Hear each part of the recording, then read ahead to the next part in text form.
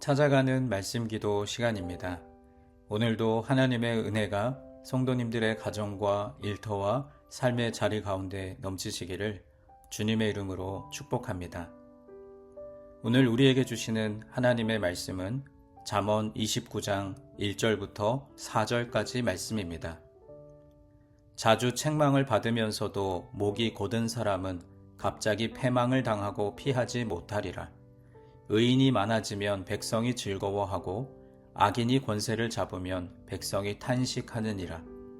지혜를 사모하는 자는 아비를 즐겁게 하여도 창기와 사귀는 자는 재물을 잃느니라. 왕은 정의로 나라를 견고하게 하나 뇌물을 억지로 내게 하는 자는 나라를 멸망시키느니라. 아멘. 오늘 본문이 담긴 잠언 29장은 나라에 대한 말씀입니다. 잠언을 기록한 지혜자 솔로몬은 한 나라를 다스린 왕이었습니다. 그는 주변 여러 나라들의 흥망성쇠를 보고 나라가 기울 때 일어나는 일을 관찰하고 기록해 두었습니다. 그런데 이 흥망성쇠는 나라에만 적용되는 것이 아니라 가정도, 교회도, 또 다른 공동체에도 모두 적용됩니다. 특별히 우리 자신에게도 적용되는 말씀이죠. 오늘 이 말씀을 통해서 망하는 길이 아니라 살리는 길을 주시는 하나님의 음성을 들으시기 바랍니다. 먼저 오늘 본문 1절 말씀입니다. 자주 책망을 받으면서도 목이 곧은 사람은 갑자기 패망을 당하고 피하지 못하리라. 한 나라가 망하기 전에 책망하는 일이 자주 일어납니다. 북이스라엘은 기원전 721년에 망했고 남유다는 기원전 586년에 망했습니다. 사람들의 눈에는 갑자기 망하는 것처럼 보였지만 하나님은 이미 이전부터 자주 책망하셨습니다. 북이스라엘이 망하기 전에 여러 선지자들을 보내셔서 그렇게 살면 안 된다고 책망하셨습니다. 엘리야, 엘리사를 통해 책망하시고 백성들에게 하나님만 섬기도록 견책하며 책망하셨고 또 징조를 보여주셨습니다. 하지만 그들은 하나님의 책망을 듣지 않았기에 갑작스러운 심판을 피할 수가 없었습니다. 남유다가 망할 때도 마찬가지였습니다. 하나님께서 남유다를 위해 이사야 또 예레미야를 비롯한 많은 선지자들을 보내셨습니다. 하지만 그들은 하나님의 책망을 듣지 않았고 결국 망하는 길로 걸어갈 수밖에 없었습니다.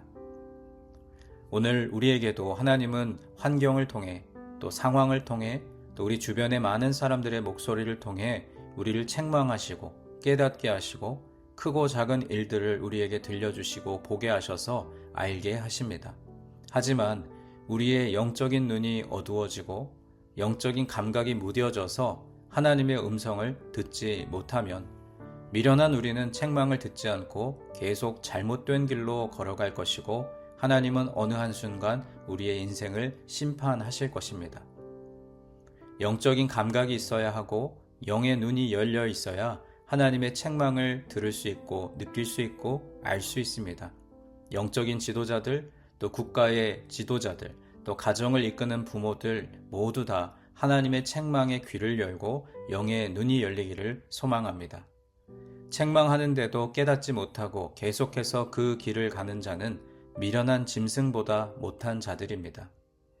바라기는 하나님의 책망을 허투루 흘러보내지 마시고 깨닫고 또 새로운 길을 모색하는 지혜가 우리 모두에게 있기를 소망합니다.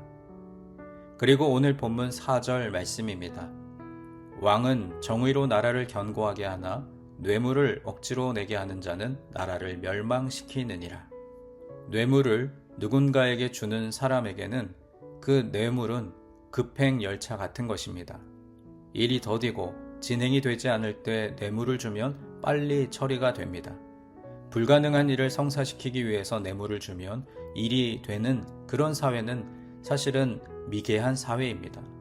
뇌물을 주는 자는 법에 의해서 엄단되어야 하고 뇌물을 받는 관리나 왕도 법으로 철저하게 다스려야 합니다. 하지만 이렇게 공정한 나라가 되지 못하고 공공연하게 뇌물을 주고받는다면 그 나라는 정의가 사라진 사회입니다. 국가 공동체에서 가장 중요한 것은 바로 공평과 정의입니다. 사람들은 다 함께 배고픈 것은 견딜 수 있지만 불공정한 것은 참지 못합니다. 역사적으로 일어났던 혁명 가운데 상당수가 바로 그 불공평함 때문이었다는 사실이 이 모든 것을 뒷받침하고 있습니다. 공평한 사회, 정의로운 사회가 나라를 아름답게 만들 것이고 가정과 교회를 비롯해서 사람들이 살아가는 모든 곳은 정의가 먼저 구현되어야 합니다. 하나님의 나라는 정의로운 나라이고 하나님은 정의로 이 세상을 통치하십니다. 그러므로 우리 그리스도인들은 뇌물을 조심해야 합니다. 주는 것도 받는 것도 하나님께서 원치 않으신다는 사실을 기억하고 살아가야 합니다. 그리고 오늘 본문 이후에 잠언 29장 18절 말씀은 우리가 너무나 잘 아는 말씀입니다. 묵시가 없으면 백성이 방자히 행하거니와 율법을 지키는 자는 복이 있느니라. 여기서 묵시는 영어 성경에는 비전이라고 번역되어 있습니다. 나라를 경영하는데 비전이 없으면 백성들이 방자히 행한다고 했습니다. 즉, 나라가 나아가야 할 분명한 국정 운영의 방향이 없으면 백성들이 각자가 정한 방법대로 나간다는 것입니다. 가정도 교회도 마찬가지입니다. 분명한 방향이 있어야 올바른 길을 걸어갈 수 있습니다. 여기에서 비전은 개인이 설정한 목표가 아니라 하나님의 비전을 뜻하는 것이죠. 하나님께서 원하시는 비전과 목표를 향해 공동체가 걸어가야 흔들림이 없을 것입니다. 그렇다면 그 하나님의 비전을 우리가 어떻게 찾을 수 있을까요? 하나님의 비전은 하나님의 말씀에서부터 찾을 수 있습니다. 하나님의 말씀을 살피지 않으면 하나님의 비전을 깨달을 수 없습니다. 선지자들도 말씀을 깊이 묵상하고 하나님의 비전을 선포했습니다. 그러므로 하나님께서 우리 인생에 주시는 말씀을 깊이 새기고 그 길을 따라 걸어가시기를 바랍니다. 그렇지 않으면 우리는 하나님 보시기에 방자히 행하는 인생이 될 것입니다. 오늘 이 말씀을 잘 기억하시고 나라가 망하지 않는 길, 백성이 망하지 않는 길을 우리도 걸어가야 합니다. 망하는 자의 길을 걷지 마시고 하나님께서 원하시는 인생을 살아가는 지혜롭고 복된 삶이 되시기를 주님의 이름으로 축원합니다. 이제 오늘 주신 말씀을 붙들고 기도하겠습니다. 사랑의 하나님, 나라를 이끄는 지도자들부터 작은 공동체의 리더들까지 하나님의 말씀을 소중히 여기며 따라가도록 인도하여 주옵소서. 책망을 즐겨 듣는 귀를 가지고 하나님의 말씀 속에서 비전을 발견하며 살아가게 하옵소서. 우리 각자에게 주신 말씀을 붙들고 함께 기도하겠습니다.